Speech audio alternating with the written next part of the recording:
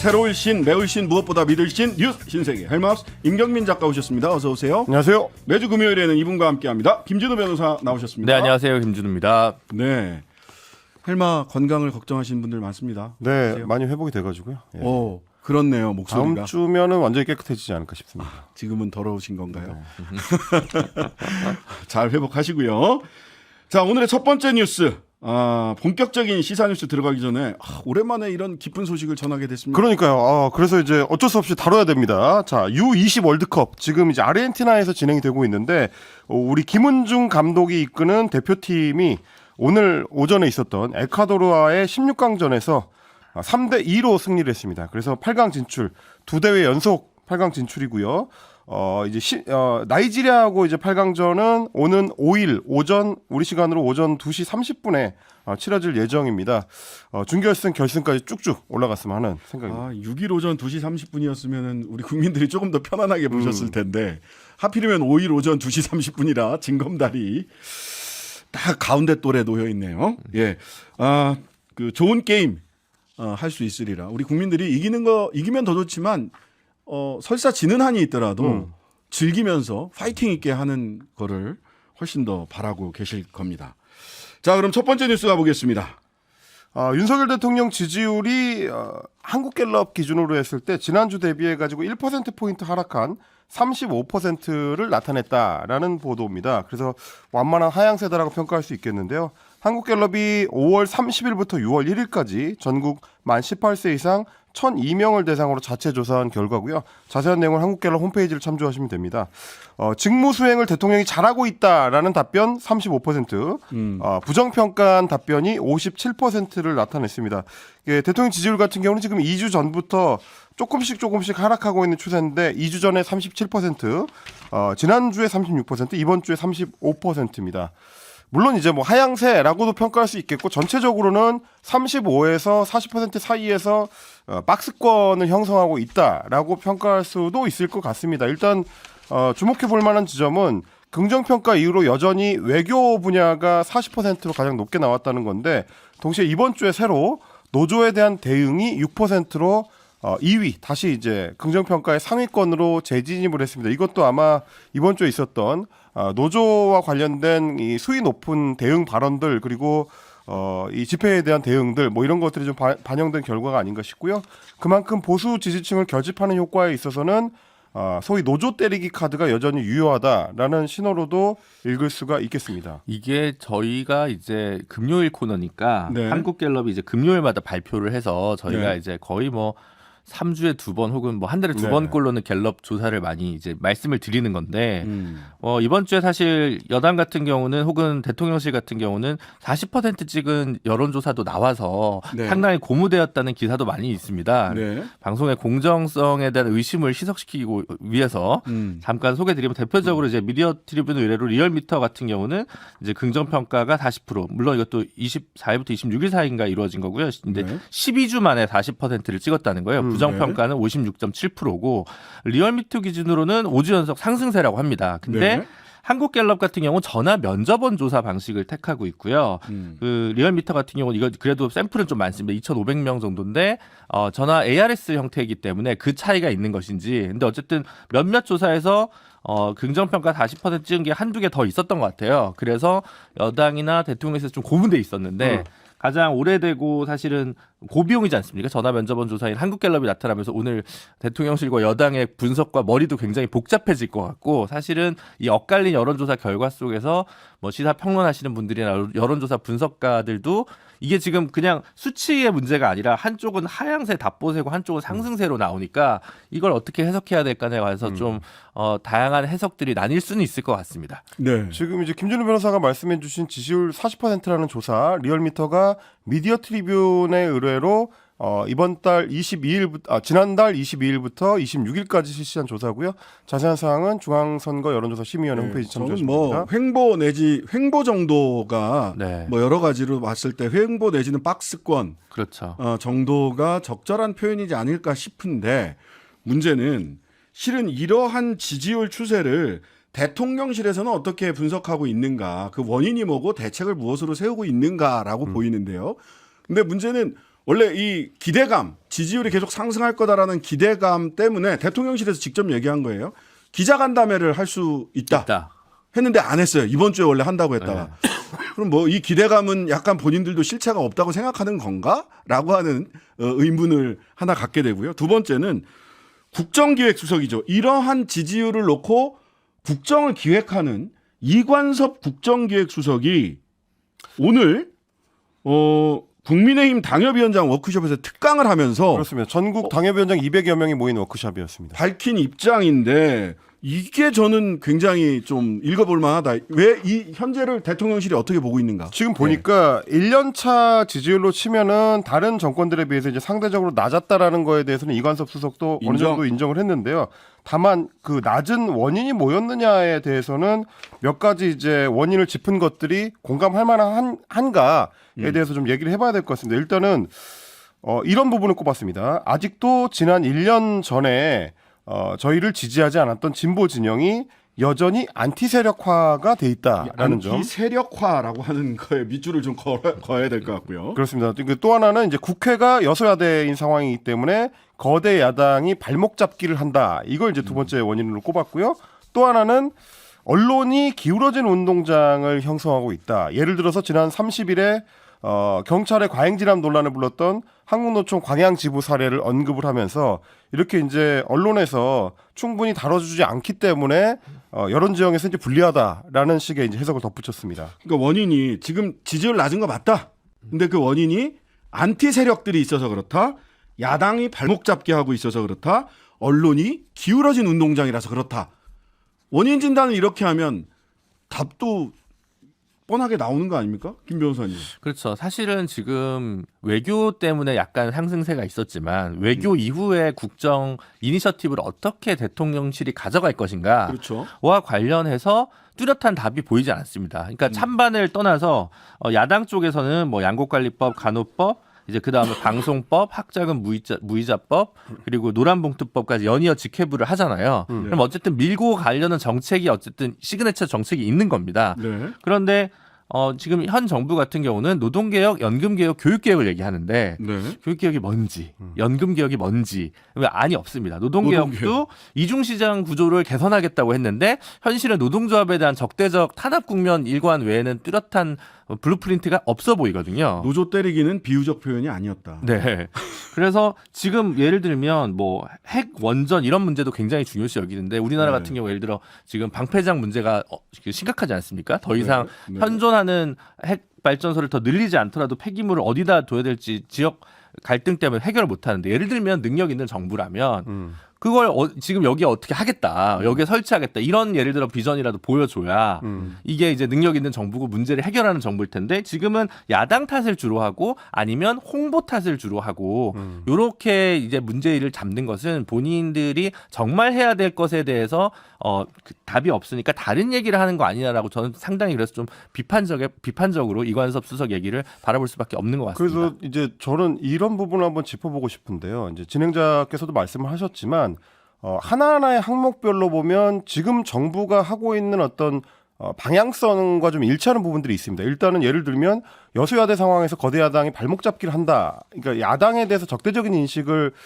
정부에서 갖고 있기 때문에 네. 야당 대표하고도 지금 대통령이 1년 넘게 안 만남을 갖지 않고 주로 이제 야당이 국회에서 처리한 법안에 대해서 대통령이 거부권을 행사하는 방식으로 지금 대응을 하고 있는 상황이고요. 또 하나는 네. 진보 진영이 소위 안티 세력화되어 있다라고 할 때는 그 세력화의 중심축이 어디냐로 이제 판단하고 있느냐가 중요할 텐데 네. 결국 그래서 노조라든지 혹은 시민단체에 대한 어떤 공세 이런 게 결국 안티 세력화를 무력화시키기 위한 방향성이 아니냐라는 생각을 해볼 수가 있는 거고 또 하나는 예. 언론이 기울어진 운동장이다라고 인식을 하고 있기 때문에 네. 지금 이제 방통위원장에 대한 그 무리한 면직 조치라든지 그 이후에 이동관 특보를 이제 후임으로 검토를 한다든지 이런 게 결국 기울어진 운동장으로서의 언론 환경을 바꿔보려는 의지를 갖고 있는 거 아니냐 이렇게 이제 하나하나 해석해 볼 수밖에 없는 거죠. 예, 그러니까 지지율 답보 이전 정권과 비교해봤을 때 1년차 지지율이 낮은 건 사실이다. 네. 근데 그 이유가 안티 세력 때문이다. 그럼 안티 세력을 때려잡아야죠.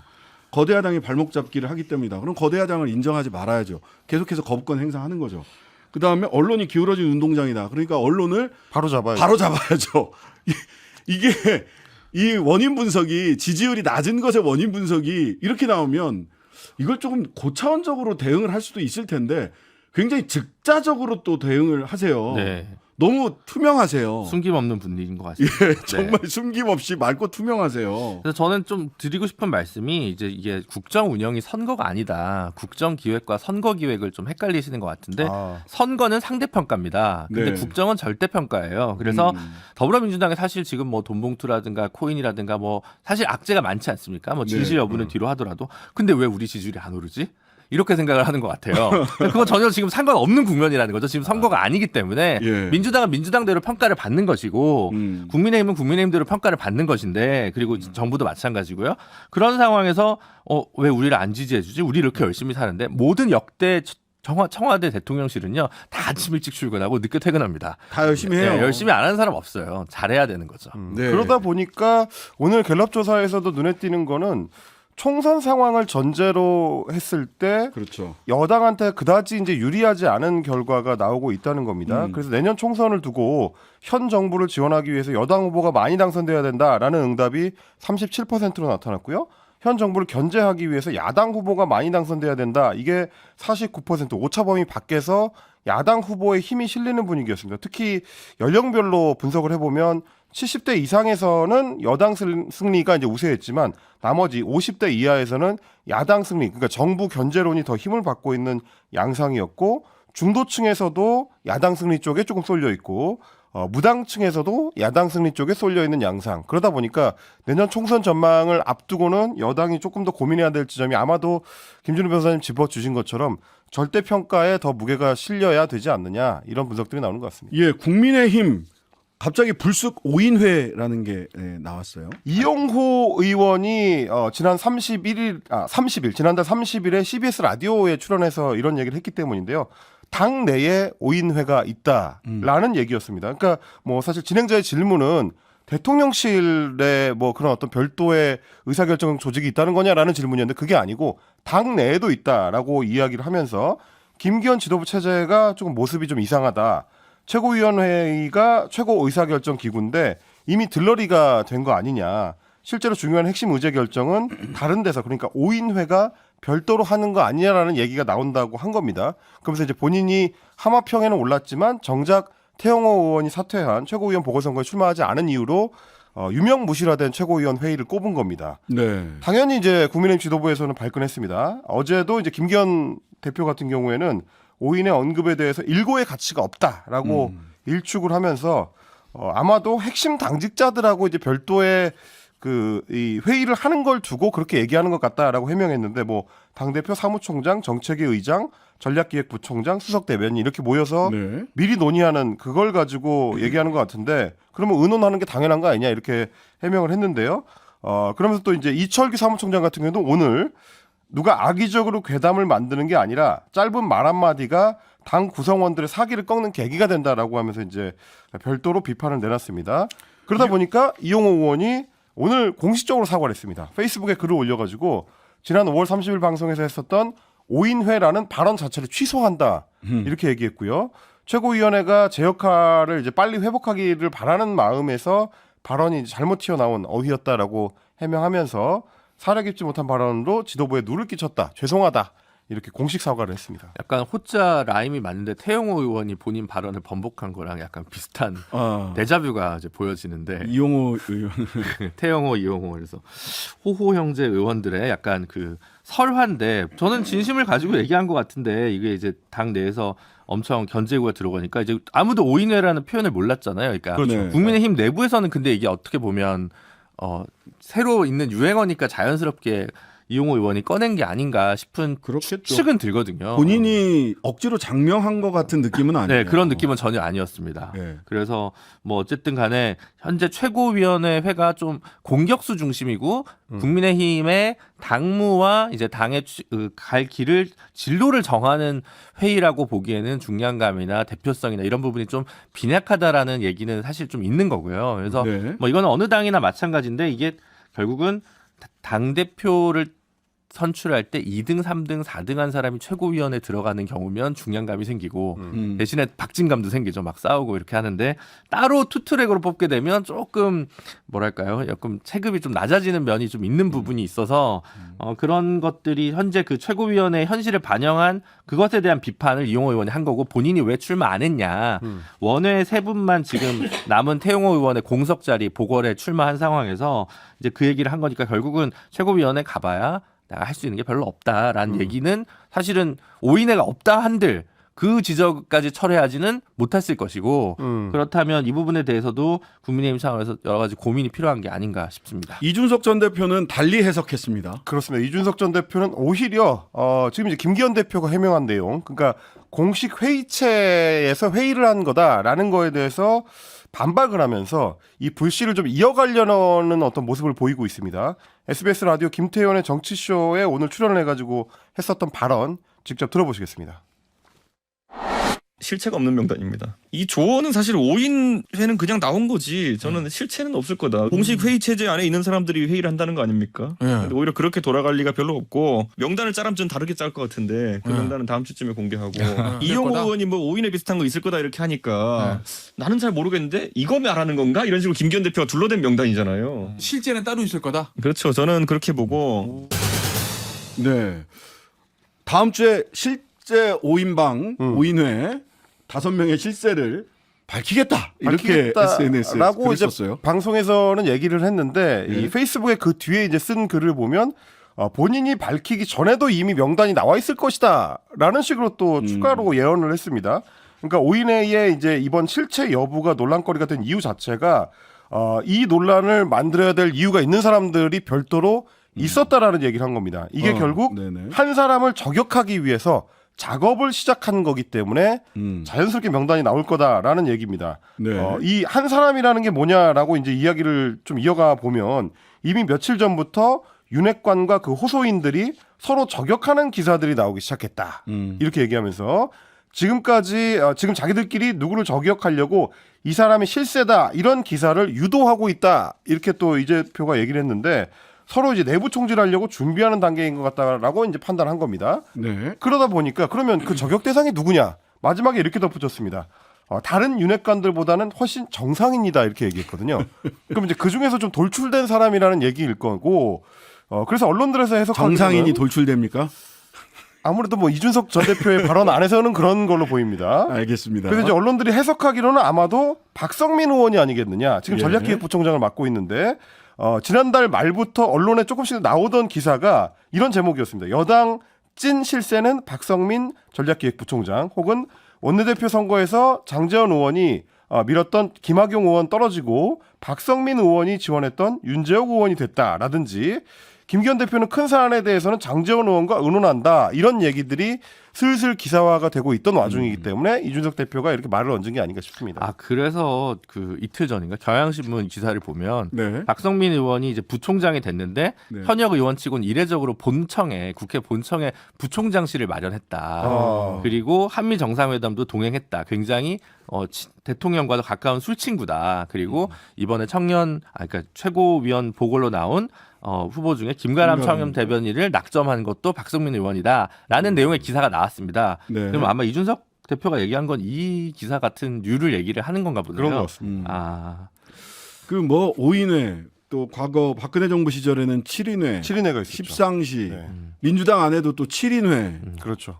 예. 그러니까 이제 말하자면 공식 의사결정 기구 외에 별도로 돌아가는 실세 조직이 따로 있다라는 얘기들이 나오는 거는 어떤 권력이든지 그렇게 좋은 시로는 아니죠. 이제 지금도 어떻게 보면 이제 권력 초기부터 이런 식의 이제 장명들, 명명들이 좀 나오고 있는 건데 이거는 정권이나 혹은 뭐 여당이나 마찬가지 상황이어가지고 김기현 대표 입장에서 상당히 좀 골아픈 그런 자, 상황입니다. 지금 이 시점에서 5인회니 6인회니 7인회니 이런 얘기가 왜 나오느냐가 중요한 거잖아요. 이준석 대표는 내부 총질 시작했다. 그럼 왜 내부 총질을 시작했느냐?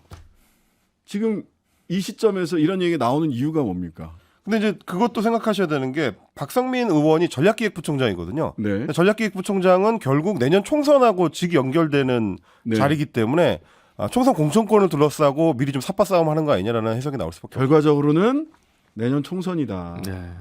모든 것이 요즘은 벌써부터 갈수록 빨라지는 것 같아요. 네. 그래서 총선 깔때기가 모든 문제의 근원이 되는 것 같습니다. 결국은 누군가 나를 배제할 만한 사람을 찍어서 내부 총질해서 저격하려고 하는 것이다라는 게 이준석 대표의 분석이었다라는 겁니다. 잠시 광고 듣고 뉴스 신세계 이어가겠습니다. 신장식의 뉴스 하이킥 임경빈, 김준호 두 분과 함께 뉴스 신세계 이어가겠습니다. 자, 황보승희 의원 국민의힘 부산 쪽의 지역구 가지고 계신 분이죠. 정치자금법 위반 혐의로 수사를 받고 있는데 오늘 한국일보에 단독으로 보도된 걸 보니까 상당히 구체적입니다. 그렇습니다. 내용이 좀 상당히 구체적이라서 소개를 좀 해드리려고 하는데요. 일단 황보승희 의원 같은 경우는 선거 출마 예정자들하고 이 지역의 부동산 개발업체 회장한테서 금품을 수수했다라는 혐의가 지금 지목이 되고 있습니다. 그래서 이미 한 2차례 정도 피의자 신분으로 소환 조사를 받은 걸로 지금 네. 이제 보도가 되고 있습니다. 경찰이 이제 황보 의원의 이제 지역구 기초 의원들 그리고 관계자들로부터 공천 대가로 금품을 수수했다는 의혹에 대해서 이제 수사를 하고 있는 건데 계좌 입출금 내역을 지금 확인해가지고 자금 흐름을 살펴보고 있다고 합니다. 네. 그리고 이제 지역의 부동산 개발업체 회장 A 씨한테서 현금 수천만 원을 받았고 신용카드와 뭐 명품 가방 등을 따로 제공받았다. 특히 이제 아파트도 제공받았다는데요. 그렇습니다. 서울 마포구 소재의 아파트를 숙소로 제공받았고 차량도 별도로 제공받았다라는 얘기까지 지금 제시가 되고 있는데요. 그러다 보니까 뭐 이런 어떤 구체적인 혐의 정황으로 봤을 때 경찰 수사가 상당히 좀 진행된 거 아니냐라는 얘기들이 나오고 있습니다. 일단 황보 의원이 자필로 별도로 적어놓은 정치자금 수수 관련 장부가 있다고 하는데 장부. 한국일보의 이제 보도에 따르면 그 안에는 뭐 원희룡 500만 원, 뭐 김세현 100만 원 이런 식으로 전현직 국회의원들의 이름과 함께 액수가 적혀 있고 그리고 기초의회의 의원들 그리고 이제 지인의 이름들과 금액도 역시 적혀 있는 걸로 확인이 됐다고 합니다. 일단 2020년 4월에 비서관을 통해서 현직 구의원의 아버지가 전달한 현금 500만 원 이걸 받았다라는 혐의가 하나 있고요. 그리고 이제 해당 구의원 같은 경우는 2022년 지방선거에서도 이례적으로 연달아서 앞순번, 그 가번을 받아서 구의원에 공천이 됐다고 합니다. 그러니까 이게 보통은 가번을 이번 지방선거 때 받았다면 다음 지방선거 때는 이제 나번, 다번으로 이제 밀려나는 게 통상적인데 이 경우에는 좀 이례적이 아니냐. 이게 혹시 정치자금 수수와 관련이 있는 거 아니냐라는 게 지금 경찰이 갖고 있는 의혹입니다. 예, 김 변호사님 주목하고 있는 내용은 네, 일단은 이게 뭐 다른 거는 뭐 알 수는 없지만 이 공천 대가, 그러니까 500만 원 가지고는 사실은 신고됐을 수도 있는데 어쨌든 지금 기존에도 현재 몇 명의 현역 혹은 전직 국민의힘 의원들이 작년 지방선거의 공천의 대가로 금품을 수수받았다는 혐의로 재판을 받거나 수사를 받는 경우가 왕왕 있지 않습니까? 네. 지금 예를 들면 뭐 박순자 전 의원 같은 경우는 이미 징역 4월에 이제 집행유예 1년의 1심 선고를 받은 상황이고 네. 김연아 의원 같은 경우도 일산이 이제 지역구 고양정인가 지역위원장인데 예, 고향정. 전직 의원이시지만 어쨌든 여기도 또 돈을 받은 혐의로 지금 수사를 받고 있고 그리고 하영재 현역 의원 같은 경우도 체포동의안은 가결됐지만 법정 그 구속영장 구속은 영장은 본인이 자백해서 기각됐다는 것이 이제 핵심적인 예, 포인트인 돈 것 받았습니다. 같더라고요. 네. 그래서 이 황보승희 의원에 대한 부산 경찰청에서 지금 하고 있는 것 같은데 이게 뭐 그냥 아무 혐의 없는 건 아닐 것 같다라는 거고 뭐 당을 떠나서 좀 그 지방선거 의원 공천할 때 국회의원이 혹은 지역위원장이 완전 무슨 대장처럼 이렇게 전권을 휘두르는 이 후진적인 문화는 좀 바뀌어야 되지 않을까라는 생각이 많이 듭니다. 특히 이게 나머지는 앞에서 소개해 주신 혐의들이나 이런 건 이제 진술이나 고발, 경찰의 조사 이제 이런 건데 객관적인 수치로 확인되는 게 이런 게 있어요. 2020년 6억 3,522만 원 황보 의원 재산, 공직자 재산 신고 네. 했던 거. 21년 6억 4,500만 원, 6억 한 5천 정도. 20년하고 21년은 6억 5천 정도인데 22년은 7억 5천으로 1억 정도가 늡니다. 그런데 문제는 이혼을 하면서 위자료로 4억 8천만 원을 전 남편에게 지급을 했단 말이에요. 즉 4억 8천을 지급했는데 2021년 대비 2022년에 1억 원 정도가 재산이 늘었어요. 그러면 실제로는 5억 원 이상이 한 6억 원 가까이 재산이 늘었다는 게 되잖아요. 네, 그렇죠. 이 돈은 어디서 난 건가? 이 부분이 해명이 돼야 될 것 같은데요. 그렇죠. 이게 해명이 안 되면 결국 둘 중에 하나죠. 재산 신고를 허위로 했거나 혹은 중간에 추가로 어디서 나올 수 있었던 돈이 있었다라는 얘기가 되는 건데 네네. 지금 국회의원 생활을 하면서 6억 원 정도를 다른 돈을 가액돈으로 벌어들이기라는 거는 사실 쉽지 않은 일이긴 하죠. 이거는 수사를 해봐야 알겠지만 또 이제 뭐 가능성은 사실 여러 가지가 있습니다. 그렇죠. 왜냐하면 뭐 증여받았을 수도 예, 있고. 이혼한 과정에서 원래 뭐 배우자 이름으로 돼 있던 아파트를 처분해서 뭐 반 정도 나온 다음에 그걸 위자료를 줬다든가 원래는 이제 한쪽 이름으로 돼 있지만 뭐 그런 가능성도 있기 때문에 예단할 건 아니지만 이 정도 정황이면 경찰의 수사 혹은 검찰의 수사는 반드시 해야 되는 포인트인 건 분명해 보입니다. 네. 일단 민주당에서는 아예 이번 건을 고리로 해가지고 이제 국민의힘에 대한 이제 공세를 취하겠다라는 양상입니다. 이 민주당이 그렇지 않아도 이제 전당대 돈봉투 사건 때문에 수세에 몰려 있었는데 하영재, 김연아, 황보승희로 이어지는 소위 국민의힘의 공천 비리를 직접적으로 당해서 조사하겠다라고 이제 오늘 천명을 했습니다. 물론 네. 이제 수사권이 없는데 어떻게 조사를 한다는 건지는 잘 모르겠습니다만 어쨌든 굉장히 좀 전방에 내세우고 있는 상황입니다. 예. 뉴스 신세계 지금까지 헬마우스 임경빈 작가 김진호 변호사였습니다. 감사합니다. 고맙습니다. 하루 종일 기다려지는 진짜 시사. 평일 저녁 6시 5분 신장식의 뉴스 하이킥.